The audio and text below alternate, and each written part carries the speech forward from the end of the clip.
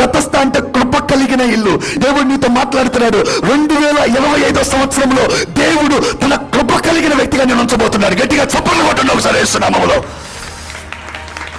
You are the person who can carry the grace of God abundantly. కృప ఉంటే బలహీనతల్లో కూడా enjoy చేయొచ్చా? అది కూడా మామూలు ఎంజాయ్ కాదంట, విశేషముగా ఎంజాయ్ అంట. నేను అక్కడే కూర్చున్నా, ఇక ఇదేంది నాయన, ఆ మహాభక్తుడేందయ్యా, కృప చాలనగానే గుచ్చుకుంటున్న ముళ్ళను కూడా మర్చిపోయి ఎంజాయ్ చేస్తానని అంటాడేందయ్యా. ఒక పెన్ను గుచ్చుకుంటా చూపిస్తారా? పెన్ను గుచ్చుకుంటా అన్న నవ్వన్నా అన్నాను. ఏంది పాస్టర్ గారు 31st నైట్ మాకు ఈ టార్చర్.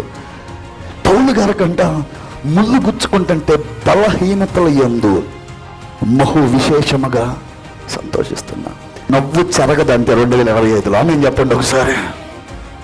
బలహీనతలు ఉండవా? ముళ్ళులు ఉండవా? గొర్రెల కంపు ఉండదా? రోగాలు ఉండవా? ఒత్తిళ్ళు ఉండవా?